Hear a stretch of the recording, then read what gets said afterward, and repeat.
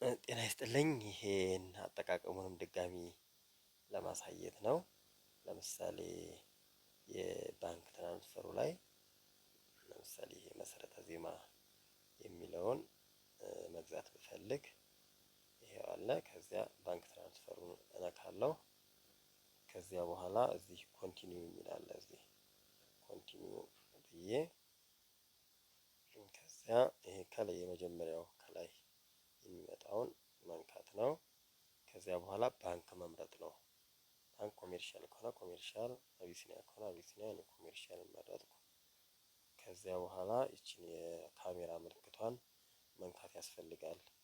ካሜራ ምልክቷን ከነካው በኋላ ሁለት ኦፕሽን አለ። አንደኛው ቴክ ፒክቸር፣ ለምሳሌ አንድ ሰው በባንክ ትራንስፈር አድርጎ ጠረጴዛ ላይ አድርጎ ሊያነሳ ይችላል ያን ፎቶ በቀጥታ። ካልሆነም ደግሞ አስቀድሞ አንስቶት ከሆነ ከጋላሪ። ከዚያ በኋላ አሁን ከጋላሪ ልውሰድ። ከዚያ በኋላ ይሄ ነው የገዛሁበት ደረሰኝ ብዬ ባስብ። ከዚህ በኋላ ሰሚት ማለታችሁ እንዳትዘነጉ። እቺ ታች ሰሚት አለች።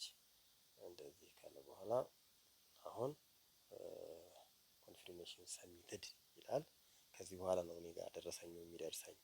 ከዚያ በኋላ ኮንፊርም አድርጋለሁ። ከዚያ እናንተ ጋር ይሰራላችኋል። ጤና ይስጥልኝ ተከታታዮቼ፣ ሙራደ ዜማ የሞባይል መተግበሪያ በብዙዎቻችሁ ጥያቄ መሰረት አሁን ተጠናቋል። በዚህ መሰረት ፕሌይ ስቶር ላይ አለ፣ አፕ ስቶር ላይ ደግሞ በቅርብ ባለሙያዎቹ እያስተካከሉት ነው። ፕሌይ ስቶር ላይ ሰርች ላይ ተገብቶ ሙራደ ዜማ የሚለውን ቢፈለግ ይመጣል። ፕሌይ ስቶር ላይ ሰርች ባሩ ላይ ሙራደ ስፔስ ዜማ ተብሎ ይሄ ይመጣል። እኔ አስቀድሜ ስለጫንኩት ኦፕን ይለኛል። ከዚያ ይሄ ይመጣል።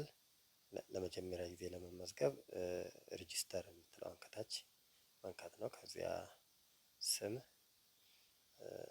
ዩዘር ኔም፣ ፈርስት ኔም፣ ላስት ኔም፣ ኢሜል፣ ፎን ነምበር፣ ከዚያ ፓስወርድ ለዚሁ የሚጠቅም የኢሜል ፓስወርድ ኦልሬዲ ያላችሁን ሳይሆን ለዚህ አዲስ ክሬት ማድረግ ይቻላል የማይረሳ። ከዚያ በኋላ ሬጂስተር ሲባል ኮድ ኢሜል ላይ ይልካል። ከዚያ ያንን ሲገባ ሬጂስተርድ ይሆናል። እዚህ ጋር ስትመጡ አገር ያስመርጣል። አገር ውስጥ ከሆነ ኢትዮጵያ፣ ካልሆነ ደግሞ አዘር ተብሎ ቢገባ ከዚያ ኦኬ፣ እኔ ኢትዮጵያ ነኝ ኦኬ እለዋለሁ። ከዚያ ይሄን ይመስላል አፑ። ሶስት ነገሮች በዋናነት አሉ። የመጀመሪያው ቡክ በፒዲኤፍ መጽሐፎችን በፒዲኤፍ የሚቀመጡበት የመጀመሪያው አለ። ቀጥሎ ኦዲዮ ድምጽ፣ መዝሙርም የተለያዩ ነገሮች በድምጽ ይቀመጣሉ፣ እዚህ ይኖራሉ። ከዚያ ቀጥሎ ቪዲዮ ነው። ከዚያ መጨረሻው የገዛናቸው ፕሮዳክቶች እዚህ ላይ ይኖራሉ። ለምሳሌ እኔ አንዱን መልክአ ሕማማት አለ እዚህ፣ እሱን ለመግዛት ልሞክር። እንግዲህ ውጭ ሀገር ከሆናችሁ ፔፓል አለ፣ እሱን መጠቀም ነው። ሀገር ቤት ከሆነ ደግሞ የባንክ ትራንስፈር አለ። ከዚያ እዚህ ኮንቲኒው ይላል። ከዚያ ይሄን ከላይ ሲነካ ከዚያ ባንክ ያስመርጣል። አንዱን ባንክ መርጦ ከዚያ ይሄን ታፕ ቱ አፕሎድ ኢሜጅ የሚለውን ሲነካ ወይም ራሱ አሁን ፎቶ ደረሰኙን የባንክ ደረሰኙን ፎቶ ማንሳት ይቻላል። ወይም ደግሞ ከጋለሪ ለምሳሌ ከጋለሪ አንድ ልውሰድ። እንደዚህ ጋለሪ ላይ ካለኝ ፎቶ ካነሳሁት እንደዚህ ልካለሁ። ከዚያ ሰሚት ማድረግ ነው። ይሄኛው ማኑዋል ነው። ከዚህ አፕሩቭ ሲደረግ ከዚያ ፕሮዳክቱ መጽሐፉ ይሰራል ማለት ነው። ፔፓሉ ግን ዳይሬክት ልክ ሲከፈል ይከፍታል። ይሄ ነው እንግዲህ ያሉት መጽሐፎች። መልክአ ጉባኤ ያለ መልክአ ጉባኤ ለምሳሌ እነዚህ መልክአ ሚካኤል፣ መልክአ ገብርኤል ይቀጥላል። ለምሳሌ ጥቅሉን አንዴ ሰው ቢገዛው እኔ በየጊዜው በምጨምር ጊዜ ተጨማሪ ክፍያ አያስፈልገውም። መሰረተ ዜማ አለ። ውዳሴ ማርያም ከውዳሴ ማርያም ጀምሮ እስከ ክስተት ያለው። ሌላው መዝገበ ማህሌት ዘክብረ በዓል ነው። እሱ ገና እየተዘጋጀ ነው። መዝሙር ደግሞ ከአመት እስከ አመት ይሄው በደንብ አለ። እሱ ሲከፈት አጠቃቀሙ ይሄን ይመስላል። ለምሳሌ መዝሙር ከአመት እስከ አመት ሙሉ ከነ የሰንበት መወድሱ፣ ከዚያ መዝሙሩ በዜማ ዮሐንስ አይዳ ለምሳሌ፣ ከዚያ አራራት፣ ከዚያ እዝል፣ ሰላም እያለ ቀጣዩ የዕለቱን መስባክም ይጨምራል። እንዲህ እያለ የአመቱ ሙሉ መጽሐፍ በደንብ መጠቀም ይቻላል። አጠቃቀም ምቹ ነው።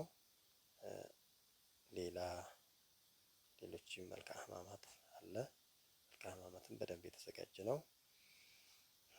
እንግዲህ ይሄ አሁን ቡክ ላይ ነው። ዜማ ላይ ያቋቋም መጽሐፎች አሉ። ለምሳሌ መዝገበ ማህሌት ዘጽጌ ያለ። ንባብ ላይ ሲኬድ ይሄው እዚህ የንባብ መጽሐፎች ወንጌለ ዮሐንስ፣ መርሆ ንባብ፣ መዝሙረ ዳዊት አለ። ቅዳሴ ላይ ሲኬድ አሁን ለጊዜው ሆህተ ቅዳሴ የሚል መጽሐፍ የግብረ ድቁናው ግብረ ክህነት በደንብ አለ። ከዚያ የግዕዝ መጽሐፍ እኔ ያዘጋጇቸው መጽሐፎች አሉ። 3 አሉ ወደ ውስጥ። ይሄንን 3ቱንም ባንዴ መግዛት ይቻላል። ወይም ደግሞ ውስጥ ገብቶ እያንዳንዱ ለምሳሌ ክፍል 1 ግዕዝ ለሁሉም ክፍል 1 ይኸው ክፍል 2 ክፍል 3 እያለ ሲያስፈልግ እዚህ ውስጥ ኦዲዮ ውስጥ አለ። መዝሙር ወረቦች እንደዚህ ያሉ። እንግዲህ ይህን ይመስላል። ይህን መጠቀም ነው። ምንድነው ክፍያው በጣም ትንሽ ነው። ያውም ክፍያው የሚውለው በአብዛኛው ይህን አፕ ዲቨሎፕ ሲያደርጉ ብዙ ብር ነው የተከፈለው። ለዚያ የሚሆን ነው። ከዚያ በየጊዜው ቴክኒካሊ ችግር ሲገጥመው ማኔጅ የሚያደርጉ ልጆች አሉ። ለነሱ በየወሩ ይከፈላቸዋል። እና ይሄንን ማኔጅ በአጠቃላይ በደንብ ኦፕሬት ለሚያደርጉ የሚወጣ ነውና ክፍያው የተጋነነ አይደለም። ግን ዋናው አላማው እነዚህን የቤተክርስቲያን መጽሐፎች በማንኛውም መንገድ አድሬስ ማድረግ ነው። በየትም ሀገር ላሉ ኦርቶዶክሳውያን ምዕመናን አገልጋዮች እንዲጠቅም ማድረግ ነው ትልቁ አላማው። በዚህ መንገድ እንድትጠቀሙ ተጋብዛለሁ።